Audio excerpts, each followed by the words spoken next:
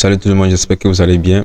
Bienvenue dans notre émission ce soir. Ce soir, nous allons parler du Burkina Faso. Nous allons parler du secteur aurifère du Burkina Faso. Nous allons nous intéresser à une mine et à une information qui a circulé sur cette mine. Il s'agit de la mine de Kiaka. Donc, nous allons parler de la mine de Kiaka, car récemment, il y a eu des développements très intéressants autour de la mine de Kiaka. Donc, nous allons nous intéresser à ce sujet et comprendre qu'est-ce qui se passe réellement autour de la mine de Kiaka. Récemment, nous avons eu sur des sites, même des sites officiels, des informations circulant faisant état de l'augmentation de la part de l'État burkinabé dans la mine de Kiaka. Mais est-ce que l'État burkinabé a réellement acquis des parts dans la mine de Kiaka ou en réalité il y a d'autres choses qu'il faut prendre en compte? Donc déjà, nous allons passer sur le dossier. Donc récemment, la question de la participation de l'État burkinabé dans la mine de Kiaka a récemment suscité de vagues d'annonces médiatiques affirmant que la part publique serait passée de 15 à 40%. Mais une lecture attentive des documents officiels et des communiqués de la compagnie australienne West Africa Resources révèle une réalité plus nuancée.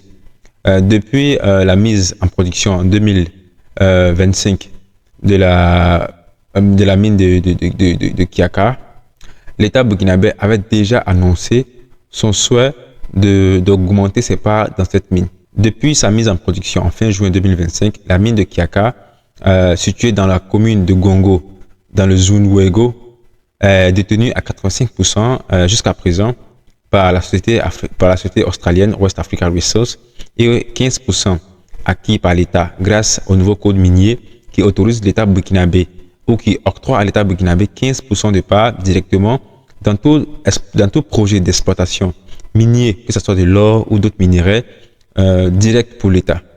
Donc, le 19 février 2026, le gouvernement a adopté un projet de décret portant autorisation de la prise de participation supplémentaire jusqu'à 25% dans la mine de Kiakasa. Le point crucial de cette autorisation, c'est une autorisation future. Ce n'est pas l'acquisition directe de l'État burkinabé dans la mine de Kiaka. Voilà. Donc, je vais plus expliquer pour que vous puissiez mieux comprendre qu'est-ce qui se passe en réalité autour de cette mine. Donc, le 19 février 2026, le gouvernement a adopté un décret portant autorisation de prise de participation de 25% dans la mine de Kiaka. Donc, le point crucial, c'est que le test PAL d'autorisation est emploi futur. Cela signifie que l'État burkinabé exprime une volonté envers la compagnie australienne West Africa Resources d'augmenter sa participation dans la mine de Kiaka. Mais la transaction n'a pas encore été finalisée. Il n'y a aucun accord définitif entre l'État burkinabé et la société canadienne qui détient jusqu'à 85% dans cette mine. Autrement dit, c'est simplement, juridiquement, la part de l'État n'a pas encore passé à 40% dans la mine.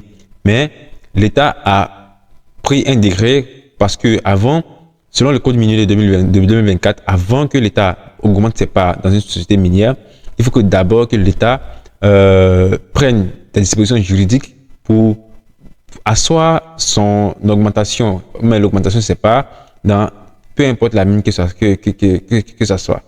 Donc, selon la législation minière, donc la loi numéro 016-2024 de l'AET et le décret de mars 2025, l'État doit obtenir une autorisation formelle avant d'acquérir des parts supplémentaires dans une société minière industrielle existante.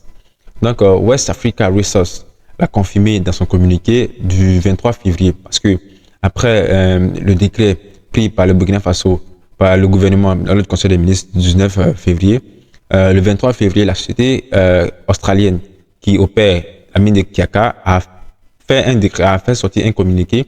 Donc, après le décret pris par le conseil des ministres du 19 février, la société minière West Africa Resources a fait un communiqué pour dire que le décret du 19 février pris par le conseil des ministres était un préalable obligatoire, mais qui ne constitue pas la conclusion d'un deal entre l'État burkinabé et la société. Donc, il faut savoir que depuis 2025, plusieurs propositions ont circulé. Donc, l'État burkinabé a fait plusieurs propositions à la société minière West Africa Resources qui opère la mine de Kiaka. Déjà en janvier 2025, La première proposition, c'était une demande initiale de 35% supplémentaire pour compléter la part de l'État dans la société, même dans la mine de Kiaka à 50%. Et après cela, il y a une deuxième proposition dans la discussion pour l'acquisition aussi de 25%. C'est-à-dire que dans la base de 50%, l'État avait dit qu'il voulait 35%. Et après, bon, il y a des discussions, bon, très probablement, ils ne se sont pas entendus et l'État a fait une deuxième proposition d'acquérir jusqu'à 25%. Donc, il paraît que pour augmenter, c'est pas à 40% parce que l'État avait déjà 15% dans la mine. Donc, les 25% allaient porter les parts de l'État à 40%. Donc, probablement, les 50% que l'État voulait acquérir avec dans la mine de Kiaka, peut-être que les discussions vont porter des fruits. Donc, l'État a fait une deuxième proposition où l'État demande maintenant d'acquérir 40%. Donc, la prise de ce décret par le Conseil des ministres du 19 février donc, montre très probablement que l'État et la société minière se sont entendus sur l'acquisition par l'État burkinabé de 40% dans la mine de Kiaka. C'est que la négociation avait conduit à la suspension des titres boursiers de la société West Africa Resources en Australie. Donc, vous savez que maintenant, les sociétés occidentales ils spéculent sur les bourses, les actions. Donc, à cause de ces différends entre l'État burkinabé et la société West Africa Resources, parce que la mine de Kiaka, c'est une grande mine. Voilà. Donc, les actifs de la société minière West Africa Resources sur la bourse australienne avaient été déjà suspendus. Donc, la société de participation minière de Burkina Faso, Supamim, a été mandatée en 2025, fin 2024-2025, pour conduire des discussions avec la société minière West Africa Resources autour de la mine de Kiaka pour voir comment l'État et la société minière pouvaient se mettre d'accord pour augmenter les parts de l'État dans la mine de Kiaka. Donc, mais à ce stade, jusqu'à présent, il n'y a aucun calendrier officiel qui a été communiqué par la société ou même par l'État sur la mise en place, mais la mise effective de 40% de part du Burkina Faso dans la mine de Kiaka. Actuellement, ce que je vous parle, la société minière West Africa Resources possède jusqu'à 85%, toujours dans la mine, et l'État burkinabé possède 15%. Donc, pour le moment, il n'y a pas d'accord entre les deux parties, mais il y a des discussions sur la conclusion d'un accord futur. Je pense que c'est très proche. Donc, la mine de Kiaka. Pourquoi l'État souhaite augmenter ses parts dans la mine de Kiaka? Pourquoi l'État souhaite augmenter ses parts dans la mine de Kiaka? Pour lancer la mine, la société australienne West Africa Resources a mobilisé environ 265 millions de dollars USD pour financer avec la participation de Coris Bank. C'est Coris Bank qui a prêté les 265 millions de dollars à la société australienne West Africa Resources pour lancer la mine de Kiaka. Donc, il faut savoir qu'on ne prend pas, l'État ne peut pas se permettre de prendre, pour augmenter ses parts comme ça dans une mine, vous comprenez? Donc, le nouveau code minier burkinabé dit en cas d'augmentation, en cas de désir de l'État d'augmenter ses parts dans une mine, il faut prendre aussi en compte les intérêts des actionnaires, protéger les prêteurs déjà existants, maintenir aussi la viabilité du projet financier. Donc, c'est le point le plus central. Donc, c'est sur ça que les discussions sont reportées actuellement. L'augmentation de part de l'État dans la mine de Kiaka n'est juste qu'une petite partie des nouvelles réformes qui sont en train d'être mises en place dans le domaine aurifère au Burkina Faso. Donc, je vais essayer de vous lister un peu ce qui a été mis en place depuis 2023 et ce que le Burkina Faso, le capitaine Ibrahim Traoré, a fait dans le secteur aurifère depuis 2024. Donc, depuis 2023, le Burkina Faso a opéré un village stratégique majeur dans la gestion des ressources aurifères. À travers la création de la société de participation minière de Burkina Faso appelée Supamim, l'État renforce progressivement son contrôle sur l'or industriel tout en restructurant le secteur artisanal. Donc, ce mouvement traduit un changement de paradigme, passer d'un modèle dominé par des compagnies étrangères à un modèle de souveraineté minier assumé. C'est-à-dire, on a longtemps été sous le gide des compagnies minières qui exploitaient l'or burkinabé et maintenant le Burkina Faso. Déjà, le capitaine Ibrahim Traoré avait annoncé que les Burkinabés étaient capables d'exploiter leur or et que l'État allait commencer à nationaliser ou à racheter des parts dans les compagnies minières pour faire briller l'or du Burkina Faso pour le peuple burkinabé. Donc, après la déclaration du capitaine Ibrahim Traoré en 2025, il y a beaucoup d'événements majeurs qui ont suivi. Donc, il faut savoir qu'en juin 2025, on a eu la nationalisation des secteurs actifs aurifères stratégiques. Donc, par décret, l'État a transféré à la SOPAMIB les 2 mines stratégiques qui étaient la mine de Wahignan, Golsa et la Semafo Bougou-Sa. Ces 2 mines industrielles étaient auparavant exploitées par des filiales à des groupes étrangers, notamment Indavo Mining. Donc, Indavo Mining a opéré la mine de Wahignan, Golsa et aussi la mine de Senaso Bougou-Sa. On a eu 2 mines en production qui ont été reprises par l'État et 3 permis d'exploration qui ont été reprises par l'État, dont on peut citer par exemple la mine Resource Ferke Sal, on peut citer aussi Griffon Mineral Burkina Faso Sal, on peut citer aussi Lilium Mining Service Burkina Faso Sal. Donc toutes ces mines ont vu leur permis soit retiré, leur permis d'exploration soit retiré et mis sous contrôle de l'État, ou ont vu carrément certaines mines en production qui ont eu leur permis d'exploration, leur permis de production retiré et mis sous contrôle de l'État direct. En fin 2024, la reprise de la mine de Bougou et Wahignan avait déjà commencé depuis fin 2024, mais c'est en 2025 que cette mine-là est passée sous contrôle de l'État de façon effective. Donc, pourquoi la reprise de ces mines? L'objectif c'est clair, c'est d'augmenter la captation, c'est-à-dire la part de l'État dans ces mines et les ressources, les bénéfices que l'État peut gagner dans ces mines, les augmenter. On va se limiter simplement à 15%, mais l'État veut augmenter sa puissance financière et son contrôle sur ces mines.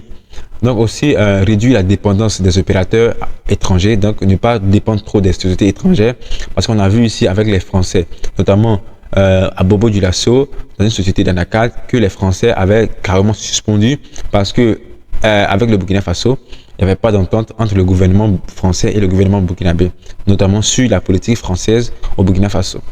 Donc aussi, pour parler une montée en puissance des compétences nationales, c'est-à-dire on possède déjà les compétences sur le plan national. Pourquoi donner nos sociétés minières à des pays étrangers? Donc, on va mettre notre technologie, notre savoir-faire au profit de notre propre nation en exploitant nos ressources minières. Donc, la création de la SOPAMIB s'inscrit dans toute cette logique-là. SOPAMIB, pour ceux qui ne savent pas, c'est cette société-là qui a été créée par l'État pour gérer tout le secteur minier burkinabé. Donc, c'est la société qui gère le domaine minier au Burkina Faso. Donc, il faut savoir que les réformes mises en place par le capitaine Ibrahim Traoré ne concernent pas simplement que le domaine industriel. Il y a aussi le secteur artisanal qui a été largement renforcé en 2023-2025. Donc, le renforcement du secteur artisanal et les réformes mises en place pour transformer le secteur artisanal ont eu des résultats très significatifs. En 2023, par exemple, la quantité d'or issue de l'exploitation artisanale était estimée à 491 kg. En 2024, cette quantité a été multipliée par 17 parce qu'on est passé de 491 kg à maintenant à 8,1 tonnes d'or. Donc c'est considérable. De 491 kg, on est passé à 8,1 tonnes d'or. En 2025, on a multiplié ce chiffre par plus de 10. Donc, on est passé de 8,1 tonnes d'or, donc 8,1 tonnes d'or à 43 tonnes d'or. Donc, en 2 ans seulement, la production artisanale déclarée a connu une croissance exceptionnelle. On est passé de 491 kg à 43 tonnes d'or. Donc, c'est-à-dire que de 0,491 tonnes à 43 tonnes. Donc, c'est presque c'est vraiment exceptionnel, c'est extraordinaire en fait. Je ne sais pas si vous imaginez ce que ça signifie. De 491 kg, on passe jusqu'à 43 tonnes d'or produits simplement par le secteur artisanal de Burkina Faso, sans compter le domaine industriel. Le gouvernement a mis en place plusieurs mesures, par exemple la suspension temporaire de certains permis d'exploitation artisanale, la lutte contre les circuits parallèles, l'encadrement renforcé des sites miniers, la création de la caisse d'or, notamment gérée par la SONASP, et la mise en place d'une raffinerie d'or au Burkina Faso. La SONASP, c'est la société qui est chargée d'acheter toutes les substances précieuses, parmi lesquelles figure l'or en première priorité. Donc, ces résultats ont permis de réduire l'or exporté de façon clandestine, aussi d'augmenter la quantité de production artisanale. C'est très significatif et remarquable ce qui est en train d'être fait au Burkina Faso par le jeune leader, le capitaine Ibrahim Traoré, président du Faso. C'est très remarquable, franchement. Grâce à cette stratégie, le Burkina Faso, en Afrique de l'Ouest, est parmi les pays qui ont un excédent commercial. Avec la Côte d'Ivoire. La Côte d'Ivoire a un excédent commercial aussi. Dans la zone UEMOA, il y a seulement que 2 pays qui ont un excédent commercial. Il y a le Burkina Faso et il y a la Côte d'Ivoire. Voilà, donc c'est vraiment remarquable. Donc, mes chers amis, c'était le sujet de ce soir que je voulais traiter avec vous. Donc, merci de nous avoir suivis et d'avoir regardé cette vidéo jusqu'à la fin. Pour ceux qui viennent d'arriver, ceux qui nous découvrent aujourd'hui, n'oubliez pas de vous abonner sur cette chaîne, de liker la vidéo, de nous dire ce que vous pensez en commentaire, de donner aussi votre analyse et votre point de vue. Voilà, ici, nous voulons construire un média africain, le monde vu d'Afrique, libre, qui analyse les enjeux africains, qui parle de la géopolitique internationale et qui porte la voix de la jeunesse africaine sur les enjeux internationaux. Parce que nous remarquons que il n'y a pas en réalité des médias africains qui portent la voix réellement sur la jeunesse, alors que sur les enjeux internationaux, alors que nous sommes dans un monde qui est en train de se transformer de façon significative et que l'Afrique ne peut pas rester en marge de ces nouveaux changements. Donc, il faut que l'Afrique porte sa voix et que la jeunesse africaine ne va pas rester, montre qu'elle ne va pas rester en marge de cette reconfiguration stratégique qui est en train d'être opérée partout dans le monde. Donc, mes chers amis, nous arrivons au terme de cette vidéo. Merci beaucoup de nous avoir suivis et à très bientôt pour une nouvelle vidéo.